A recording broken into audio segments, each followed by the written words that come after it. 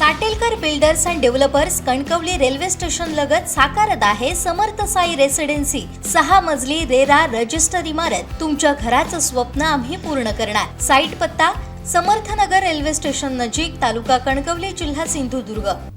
सिंधुदुर्ग जिल्हा मध्यवर्ती सहकारी बँकेच्या वतीनं जिल्ह्यातील प्राथमिक कृषी पतपुरवठा विकास संस्थांचं मार्गदर्शन तसेच 100% कर्ज वसुलीची उल्लेखनीय कामगिरी करणाऱ्या संस्थांचा सत्कार सोहळा बँकेचे अध्यक्ष मनीष दळवी यांच्या अध्यक्षतेखाली उत्साहात पार पडला।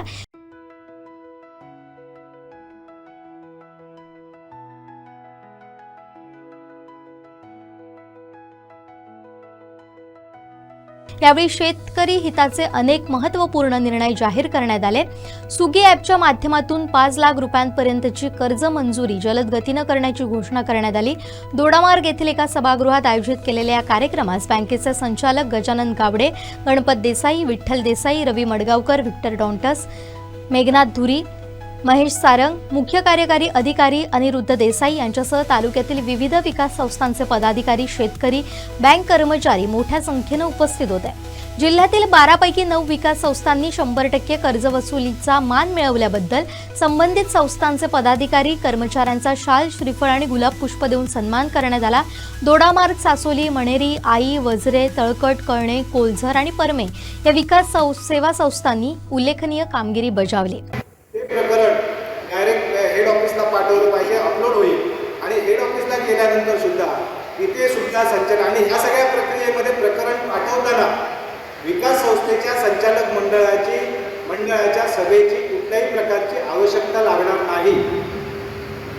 प्रकरण तुम्ही ते हेड ऑफिसला गेलं की आमच्याकडे बँक स्तरावर सुद्धा समजा बैठकीसाठी कुठलीही कार्यकारी समिती असेल, संचालक मंडळाची सभा असेल, या सभांना जरी वेळ असला तरी सुद्धा 5 लाखापर्यंतचं जर कर्ज असेल तर ते तात्काळ त्या दिवशी छाननी करून त्याच्यावर मंजुरी देण्याचे अधिकार सुद्धा आम्ही खालच्या त्या हेड ऑफिसच्या अधिकाऱ्यांना दिलेले आहेत, जेणेकरून हे प्रकरण जास्तीत जास्त 6 ते 7 दिवसामध्ये मंजूर होऊन तुमच्याकडे येईल आणि ते मंजुरीचं पत्र तुमच्याकडे आलं की मग उचलीच्या वेळी तुम्ही एक संचालक मंडळाची बैठक लावावी, मंजुरी द्यावी आणि ते प्रकरण तिथल्या ब्रँचकडे सादर करावं। तिथे सुद्धा आपण त्यांना ऑनलाईन सिस्टम ठेवली आहे, जेणेकरून त्या शेतकऱ्याला कमीत कमी वेळेमध्ये त्याचं मागणी असलेलं कर्ज किंवा त्याला आवश्यक असलेलं कर्ज हे विकास संस्थेच्या माध्यमातून मिळालं पाहिजे।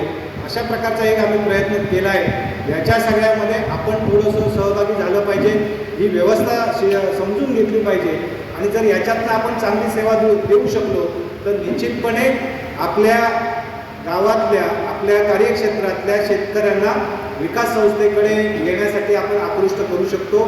त्यांना त्याच्यामध्ये सहभागी होण्यासाठी जे काही आपल्याला प्रयत्न करणं आवश्यक आहे ते करण्यासाठी जिल्हा बँक निश्चितपणे तुमच्यासोबत आहे। आणि म्हणून मला वाटतं आई चेअरमनने एक प्रश्न उपस्थित केला की ज्यावेळी आपण व्याजाच्या सवलतीची जी रक्कम आहे म्हणजे 3% केंद्र शासन आणि 3% राज्य शासन, ही व्याज सवलतीची जी रक्कम आहे ही आपल्याला का उशीर होतो आहे, तर याच्यामध्ये प्रश्न असा आहे की व्याज सवलतीची रक्कम ही खरं तर या ठिकाणी भूमिका अशी आहे की ती व्याजाची रक्कम विकास संस्थेने शेतकऱ्यांकडनं घेऊ नये असं शासन सांगतं, परंतु आपण जर ती नाही घेतली तर विकास संस्थेच्या उत्पन्नावर त्याचा परिणाम होतो। विकास संस्था अनिष्टता पावतीच्या दिशेने जाते आणि विकास संस्था ही खरं तर शेतकऱ्यांची संस्था आहे आणि म्हणून आपण जिल्ह्यामध्ये आपल्या सगळ्याच सभासद शेतकऱ्यांना संपूर्ण जिल्ह्याभरामध्ये सगळ्यांना ती चांगल्या प्रकारची सवय लावली आहे की व्याजाची रक्कम तुम्ही आता भरा आणि नंतर ती रक्कम तुमच्या खात्यामध्ये जमा होईल। आज मागच्या 2 वर्षाचं व्याजाची रक्कम ही केंद्र आणि राज्य शासनाकडनं अजून येणे बाकी राहिलेली आहे आणि ती आल्यानंतर निश्चितपणे आणि आता या पुढच्या काळामध्ये ती रक्कम जी आतापर्यंत संस्थेच्या खात्यामध्ये जमा व्हायची, आता ती संस्थेच्या खात्यामध्ये जमा न होता थेट शेतकऱ्याच्या खात्यामध्ये शासनामार्फत जमा होणार आहे आणि त्यामुळे ती रक्कम थेट शेतकऱ्याला निश्चितपणे मिळणार, त्याच्याबद्दल दुमत काही नाही। फक्त या सगळ्यामध्ये आपल्याला त्याची 365 दिवसामध्ये कर्जाची वसुली झाली आहे की नाही, तो त्या कर्जाच्या व्याजाच्या परताव्यासाठी पात्र आहे की नाही याची खातरजमा खरं तर आताच्या या सगळ्या कॉम्प्युटरायझेशनमुळे तुम्हाला ती यादी अगोदरच मिळते। त्यामुळे तुम्ही त्या शेतकऱ्याला सांगू शकता बाबा तू पात्र आहेस, तू अपात्र आहेस, जे काय असेल ते आपण अगोदर सांगितलं तर कदाचित ते शेतकरी समाधानाने त्या पुढच्या काळामध्ये निश्चितपणे त्या ठिकाणी काम करतील. आणि म्हणून आपल्याला आपल्या संस्थेचं एक स्वतःचं कार्यालय, स्वतःचं गोदाम असणं आवश्यक आहे.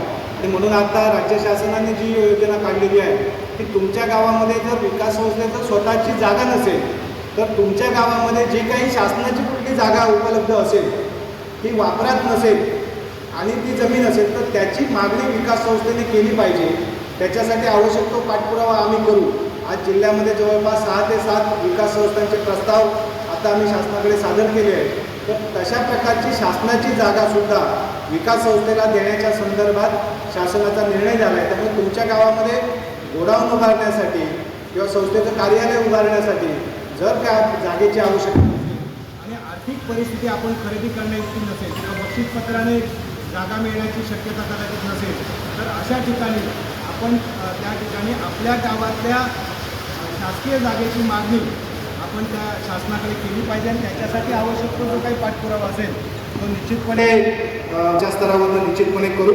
आणि म्हणून भात खरेदी असेल, काजू खरेदी असेल, आत्ता मग असे देसाईंनी मुद्दा मांडला की काजू खरेदीच्या बाबतीमध्ये आपल्याला काजू बोर्ड म्हणून आपण काय भूमिका घेतो आहोत. आज आम्ही काजू बोर्डाच्या माध्यमातून जे काही निर्णय घेतो आहोत त्या निर्णयाचा फायदा विकास सहकारी संस्थांना झाला पाहिजे या दृष्टिकोनातून आता आमचे प्रयत्न आहेत. कालच्याच आठवड्यामध्ये या ठिकाणी संपूर्ण जिल्ह्यात सगळ्या तालुक्याच्या खरेदी विक्री संघांची बैठक झाली आणि तिथे सुद्धा आमचा असा एक निर्णय झाला आहे की या पुढच्या सीझनमध्ये काजू बोर्डाच्या माध्यमातून आपण काजू खरेदी ही त्या तालुक्यातल्या विकास सहकारी संस्थांच्या माध्यमातून करावी. परंतु ही करत असताना त्या संस्थेकडे एकतर स्वतःचं गोदाम असलं पाहिजे, नसेल तर त्या गावामध्ये एखादं दुसरं गोदाम असलं पाहिजे आणि त्या संस्थेने त्याच्यामध्ये सहभाग घेण्यासाठी स्वतः त्याच्यामध्ये पुढाकार घेतला पाहिजे. आणि जर असं असेल तर आपल्या गावामध्ये काजू बोर्डाच्या माध्यमातून विकास सहकारी संस्थेच्या माध्यमातून ही काजू खरेदी आपण करण्यासाठी प्रयत्न करतो, जेणेकरून त्या गावातल्या काजू उत्पादित करणारे जे शेतकरी आहेत, जे तुमच्या संस्थेचे सभासद आहेत, ह्या सभासदांना आपण न्याय देऊ शकणार आहोत. त्याच्यासाठीची योजना येत्या महिन्याभरामध्ये जाहीर होईल. मग आपल्याला निश्चितपणे त्याची सविस्तर माहिती मिळेल